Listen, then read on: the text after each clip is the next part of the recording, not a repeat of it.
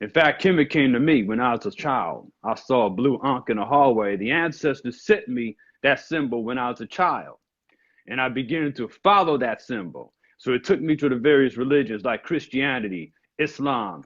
My father was into all kind of stuff. He was, he's a Louisiana boy.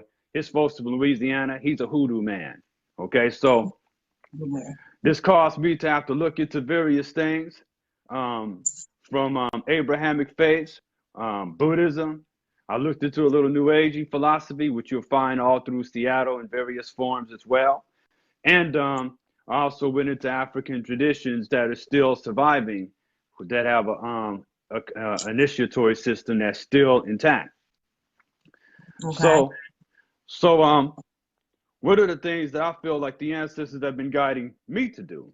It was to look up the concept of, well, the technology that we would use to expand. Okay, and the brother had mentioned, Baba Nui mentioned expansion.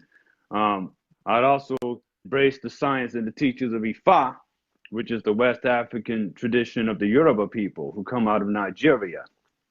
I've looked at other traditions as well, but the interesting thing about Ifa is that there was a constant talk about expansion among the elders.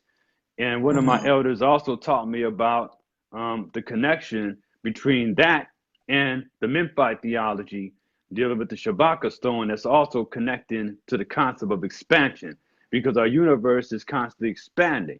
And we also learned that the universe is dealing with heat and expansion, and we are supposed to expand. So when the brother broke off about how the deities were saying that we were supposed to expand and pretty much conquer the earth, the way I looked at that is, so one of the things I really got into was, well, why is it that they talk about the sun so much, all this veneration of the sun?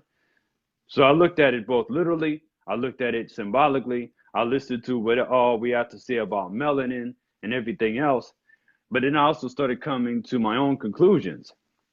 So we look at the word holy.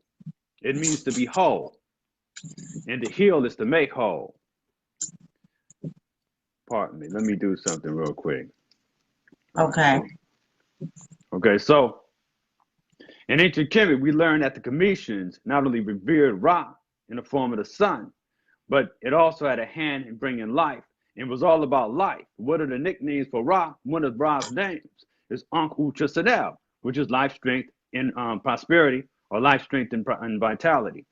And it was on this land in ancient Kemet that Ra brought forth the Remesh, those who are the tears of Ra, because it's believing in each and every one of us, or the children of Kemet, were from Ra's teardrops.